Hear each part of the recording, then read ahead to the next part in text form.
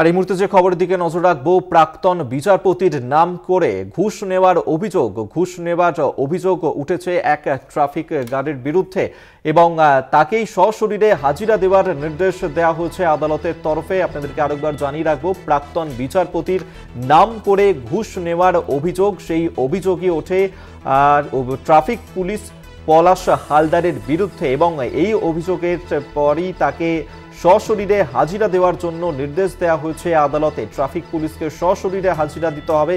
যে অভিযোগ এই ট্রাফিক পুলিশের বিরুদ্ধে উঠেছে যে তিনি প্রাক্তন বিচারপতির নাম করে টাকা তুলতেন, ঘুষ নিতেন এবং সেই অভিযোগের প্রেক্ষিতে ওই ট্রাফিক পুলিশ তাকে এবার নির্দেশ দেওয়া হয়েছে আদালতের তরফে সশরীরে হাজিরা দেওয়ার জন্য।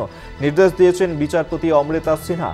অভিযোগ উঠেছে ওই ট্রাফিক পুলিশ পলাশ হালদার তিনি প্রাক্তন বিচারপতির নাম করে ঘুষ নিতেন।